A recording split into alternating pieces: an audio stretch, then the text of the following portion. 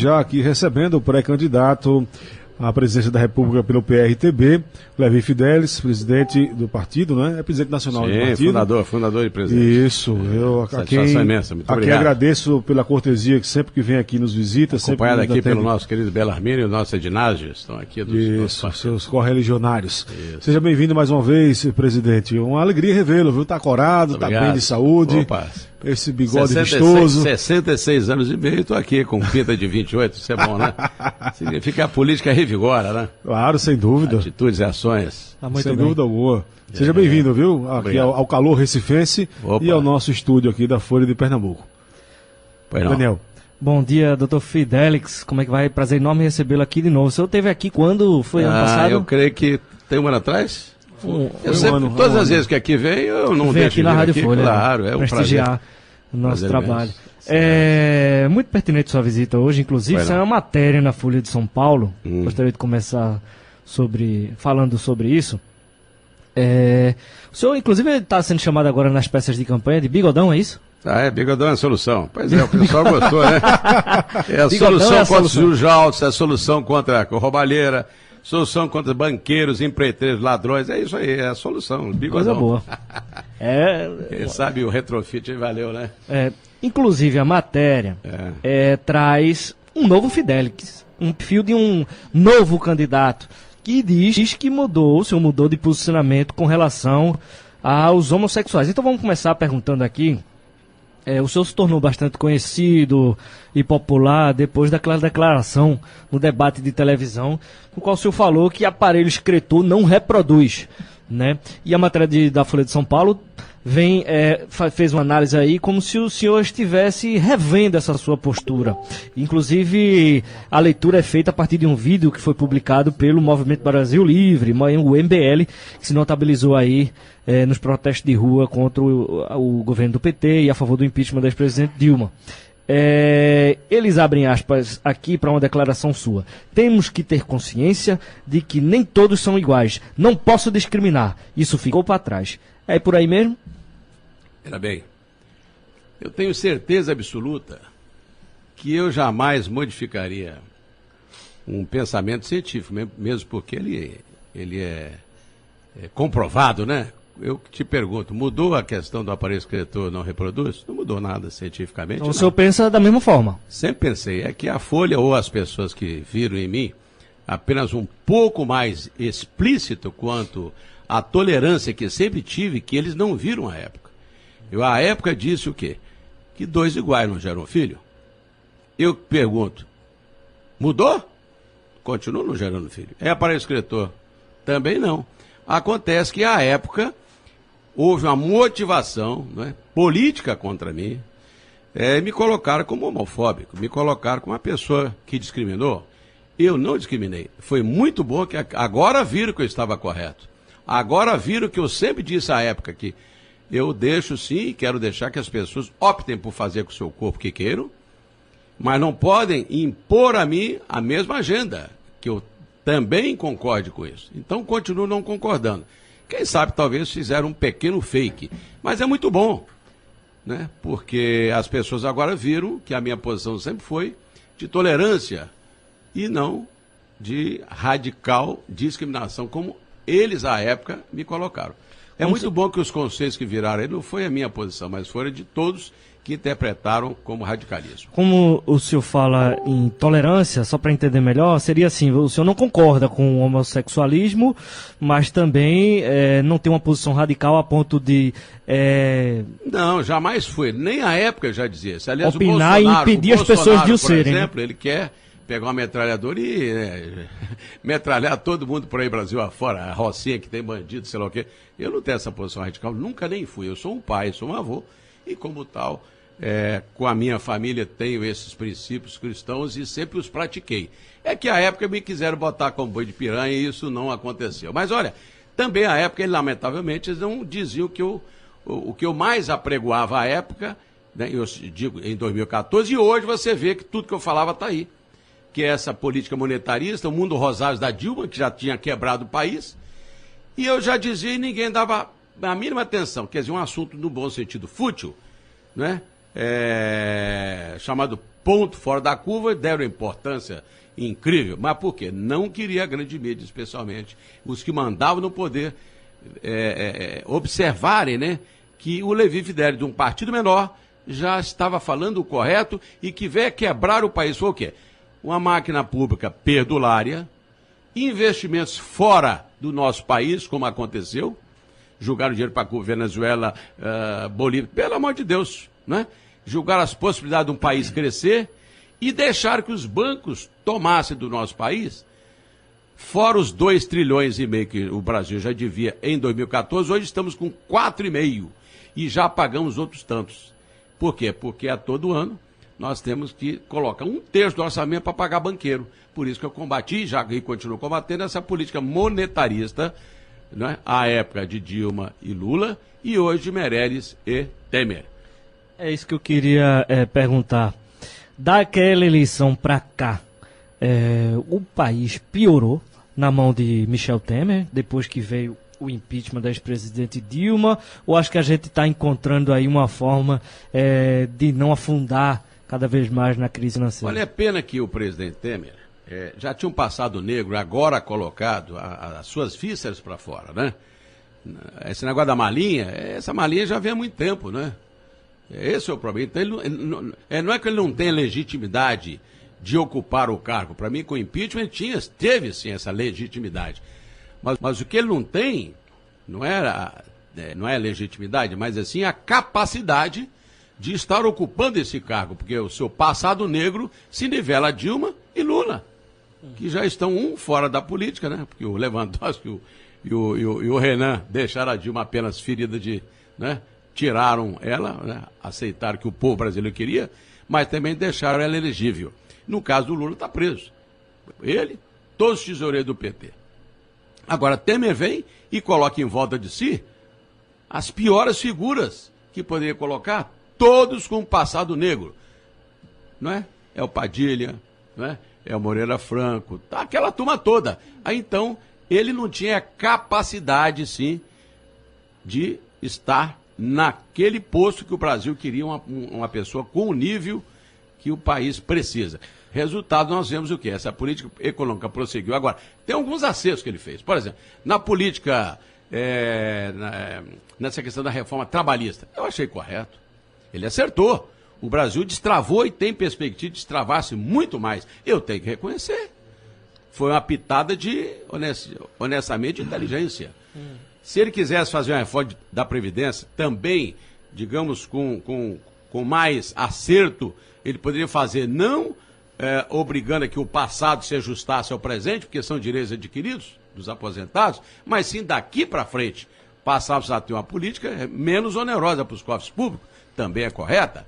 Seria correta se aplicasse? Então, nós temos que ser, honestamente, coerentes, não é? Eu não posso, pelo fato de ser pré-candidato, atacar tudo e a todos com a metralhadora giratória, como fazem alguns dados, mas sim ser propositivo. Eu não quero também apontar dedo contra A contra D, porque cabe ao judiciário fazê-lo, e sim apontar soluções para o meu país, não é? Como a política monetária que não é a correta, mas apontar a desenvolvimentista, que é a minha tese, para que o país possa crescer, tem que ter mais emprego, né? Empresas produzindo, e o país passará a ser feliz, então, com essa nova modalidade que eu irei aplicar em sendo presidente.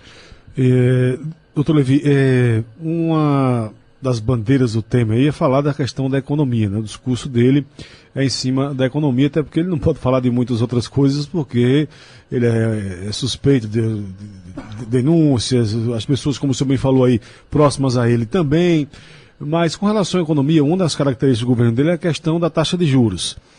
Muitos governos elevam a taxa de juros buscando, claro, capital estrangeiro.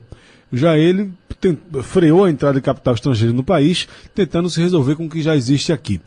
O senhor chega na presidência da República, como é que será o seu comportamento diante dessa política monetária que o senhor critica e com relação também a essa taxa de juros, esse equilíbrio da balança, da entrada de capital e a manutenção do capital que já está aqui? Olha, o Temer prosseguiu com a política danosa que vem desde Fernando Henrique, que é abrir espaço para o monetarismo. O setor bancário e financeiro tiram da sociedade muito mais do que devolvem. Primeiro que não pagam quase imposto nenhum.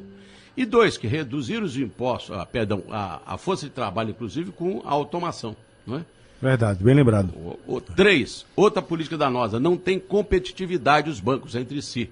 Porque são apenas 3 privados, Itaú, Santander e Bradesco, e 2 estatais, Banco do Brasil e Caixa Econômica. Então, o resultado das taxas de juros para o povo são elevadérrimas. 300%, 400% do cheque especial ou no cartão de crédito, né? E, por outro lado, a política monetarista do Meirelles, né? Ela continua privilegiando os bancos na medida em que ele, embora baixou a taxa Selic, porque a viúva não conseguia pagar mais. Veio de 14 para 6,5 porque estava no sangue. Porque ele chegou a tirar tudo no período que ela esteve no Banco Central, seja no tempo do Fernando Henrique, seja no tempo do Lula, seja no tempo da Dilma. Então exauriu-se. Essa política deu errado. Então não se pode controlar a inflação tão somente com juro bancário elevado. Não se pode desprestigiar os setores produtivos, como a agricultura, o comércio, a indústria, os serviços, como se desprestigia. Neste período que vem de Fernando Henrique para cá, nós acabamos com a malha ferroviária, acabamos com a cabotagem no país, né? Que é o Lloyd brasileiro, que tinha 40 e tantos navios que fazia cabotagem. Hoje praticamente não existe. Não é verdade? Mais, né? Privatizaram danosamente ao país, porque isso você não pode dizer que uma Vale do Rio Doce dá alguma coisa para nós, porque ela abre buracos, e foi privatizada por 3 bilhões e meio com financiamento do BNDES, e ela valia 77, para que valeu?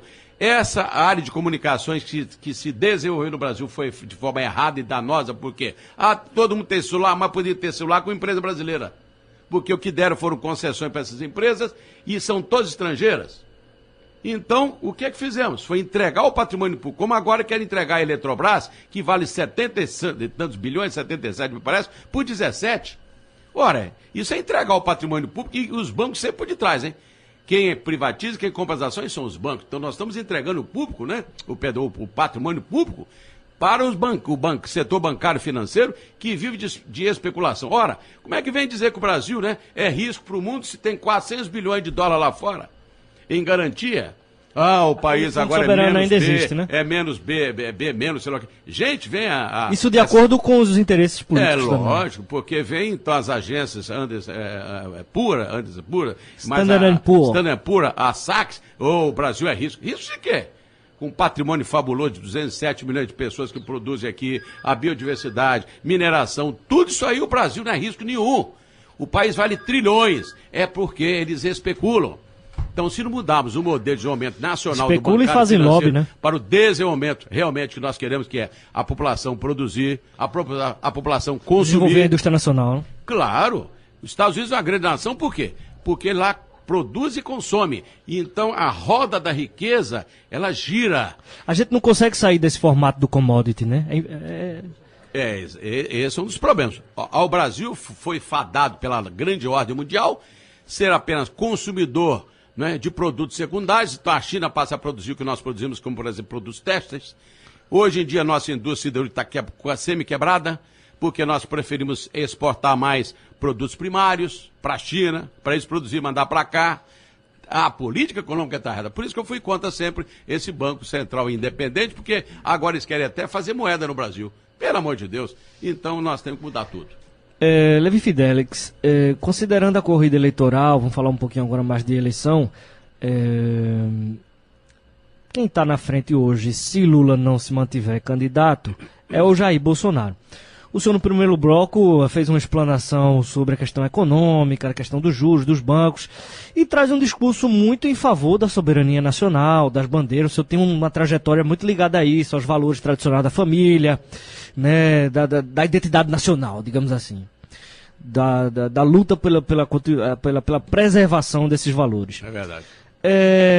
Como é que o senhor vê a candidatura de Bolsonaro, que também tenta se colocar nesse mesmo campo aí de um nacionalista, mas, por outro lado, também já acena um pouco para o mercado, já vai lá nos Estados Unidos? Não, realmente, Daniel, e a todos, nós temos alguns pontos que não é que combinamos, que temos sinergia, e outros que divergimos diametralmente. Por exemplo, ele está hoje com o Paulo Guedes, que é um ex-dirigente do Bozano e um cara de mercado.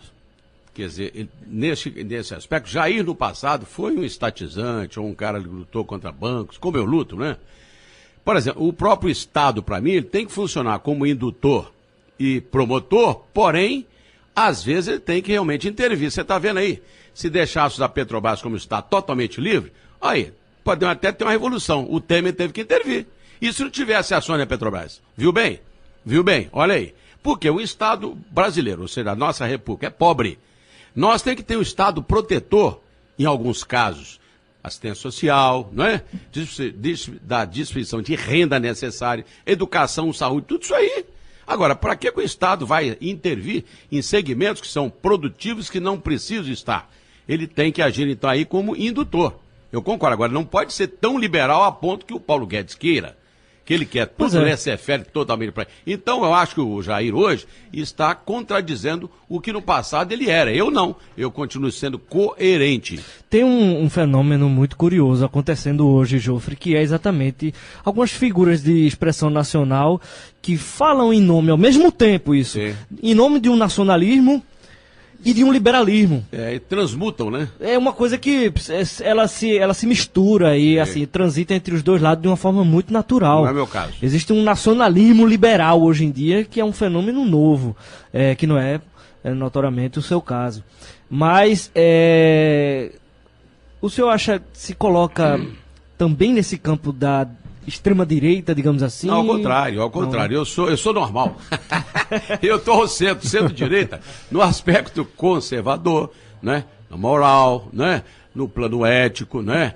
No plano dos valores familiares, na pátria, não é? Isso eu acho que é a média do brasileiro.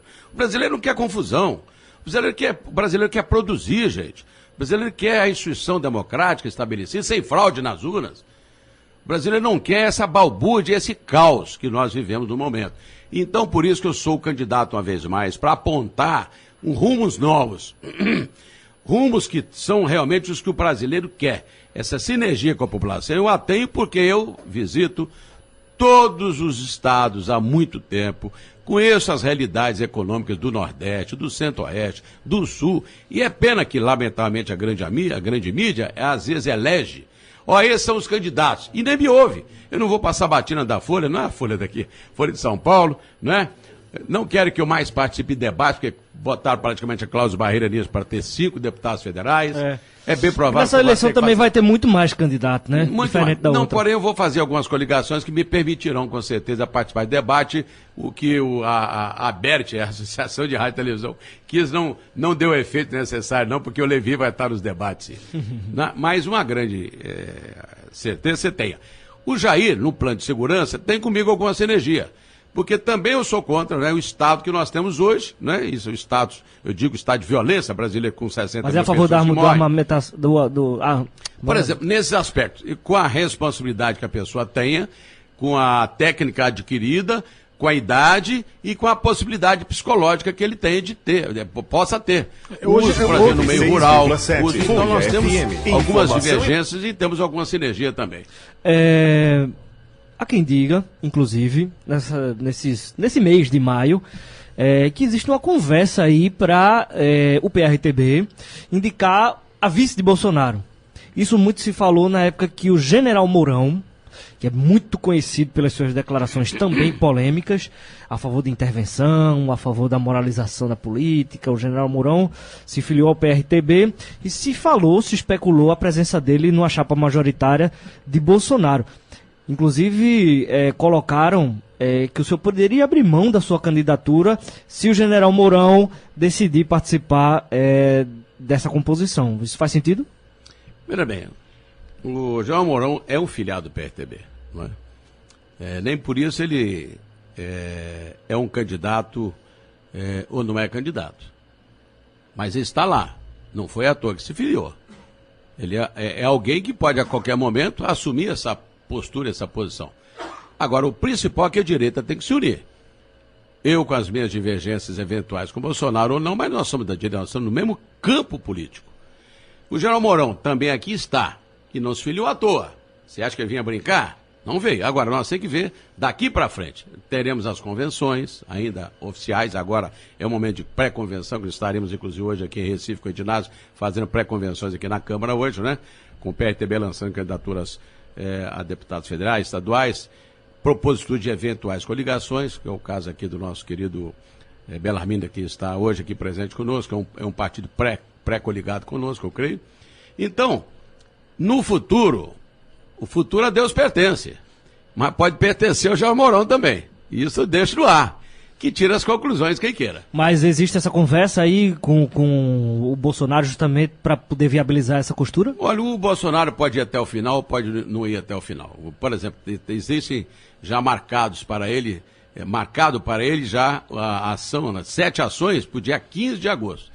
Imagina se o Bolsonaro, num dado momento, vamos botar no ar, queira ou resolva, fala, não, eu realmente não vou correr esse risco. E aí assume o Mourão. Ou também o Mourão queira não assumir. Então, veja bem, muita coisa pode acontecer debaixo, com essa água que passa debaixo da ponte. Vamos aguardar o momento certo e adequado para tomar essas decisões. O PRTB alguma coisa, Jofre? Não. O PRTB, como é que está fazendo essas alianças nos estados, né? São alianças Tem pontuais. Candidaturas próprias para governador em alguns estados? 9 estados a governador, inclusive disputamos par e passo, e muito bem na Bahia, com o João Henrique, ex-prefeito 2 vezes, ele com o Rui Costa, que é do PT, eu creio que irão para o segundo turno, são nome, então o PRTB estará no 4º maior estado brasileiro presente, com possibilidade de ganhar. Vários estados disputando senatória, Paraná, Goiás, Mato Grosso, vários estados. Eu creio que um partido tem que julgar, o time tem que julgar, senão não pode ganhar. Se você não ousar, né? E o PRTB deve fazer de 14 a 15 federais com 40 estaduais. Passamos mole, fácil a Cláudio Barreira. Eu tenho certeza que o dever de casa já cumprimos. E estou aí hoje, né, como candidato, com as possibilidades, né, reais de assumir uma postura mais veemente cada dia mais, já que estou agora percorrendo o Nordeste. A imprensa local sempre dá o espaço, né, a que possamos emitir nossa opinião, como é o caso que estou agora com vocês, né? E eu creio que cada dia mais que a população me conheça e conheça minhas propostas, mais eu me viabilizo, para depois, então, no momento adequado, tomar as decisões finais. Segundo turno, vamos dizer assim, Levi Fidelix e quem? Quem é que o senhor gostaria de estar no segundo turno para fazer um embate presidencial? Olha, eu não respondo sobre hipóteses, né? E nem gosto de especular, né? Mas uma coisa é certa, qualquer que seja o candidato que venha, em especial, né, da esquerda, que eu sempre combato, porque em 30 anos, desde Fernando Henrique para cá, apresentaram, né, esses presidentes uma política altamente danosa à população, né, depreciativa do povo, deixou o nosso povo quebrado, falido, né, sem segurança, sem educação, sem saúde, que venha, que a população verá um homem firme nas suas respostas, né, cáustico nas críticas e, acima de tudo, um paizão que quer bem esse povo querido da nossa nação, quer ver o povo feliz e produzindo, né? É o que nós queremos. Vencendo a disputa, qual seria a sua primeira iniciativa como presidente? Ah, rapaz, os bancos vão sofrer na minha mão. Porque o que fizeram e deram prejuízo a essa nação, nós devemos, como hoje, 4 trilhões e meio, não. Eu vou primeiro fazer auditoria para saber quanto que esses ratos ladrões levaram do povo brasileiro. 4 trilhões e meio, a gente não sabe para onde foi esse dinheiro. A quem devemos? Como devemos? Por que devemos? Eles vão ter que falar, porque qualquer presidente que entre, ele tem que saber a realidade que ele está pegando, que cofre eu tenho. E imagina só se eles agora até produzissem moeda, como queriam privatizar a Casa da Moeda. Criminoso, né? Então, eles são primeiros que irão realmente levar a primeira paulada, né, do presidente da República. E com relação à segurança, o debate de segurança ele vai estar muito presente nessas eleições. O debate e as questões éticas. A economia, pela primeira vez em muitos anos, ela vai ficar num terceiro plano aí dos debates presidenciais. Embora o bolso é o principal, você sabe sem que dúvida, tudo é por causa do bolso, né? Claro, sem não dúvida. Tem segurança, saúde, educação, porque não sobra dinheiro, ao contrário, falta, né? Pois é. Porque de um orçamento, 1/3 é exatamente para pagar juro bancário, então a segurança, porque não se reequipa, né? As nossas polícias não se dão salários condizentes, as prisões estão cheias, em excesso, tudo isso aí é por falta de dinheiro que os bancos parece que passaram a cortina de fumaça em tudo e todo mundo fica brigando lá no Congresso, reforma previdenciária. E os bancos? E a reforma bancário-financeira? E os impostos elevadérrimos que o brasileiro paga? Olha a gasolina aí, como tá? Então tudo isso aí passa pelo bolso. É que nós primeiro queremos resolver, não é? Digamos, a consequência e não resolver, não é? O problema de origem. Aí que está o erro dos candidatos. Todo mundo quer apresentar tudo sem resolver, botar o ovo de Colombo em cima, que é o que o Levi Fidelis fala. Resolvamos a economia, resolvemos tudo. Porque está faltando o pão, porque tem gente demais para comer. E tem gente demais para comer e não sobra pão. É o rabo do cachorro atrás do cachorro, o cachorro atrás do rabo. Primeiro a economia, depois o resto. Ok, está respondido então. Presidente, muito obrigado pela sua visita. Eu que agradeço. A gente se encontra aí em outro momento. Boa sorte aí na sua jornada. Eu que agradeço com muito carinho a vocês todos, muito bom dia. Aliás, bom dia e boa tarde, né? Estaremos daqui a pouquinho na Câmara para recebermos agora o nosso título aí de cidadão recifense, que muito me orgulha. Isso. A terra dos Guararapes, onde o Brasil surgiu com o Brasil e brasilidade. É verdade. Foi aqui. Será o novo cidadão recifense. Muito obrigado. Nosso conterrâneo. Daniel, um abraço, até amanhã. Um abraço. Este foi mais uma edição do Folha Política. Recebemos o presidente nacional do PRTB e pré-candidato à presidência da República pela legenda Levi Fidelis.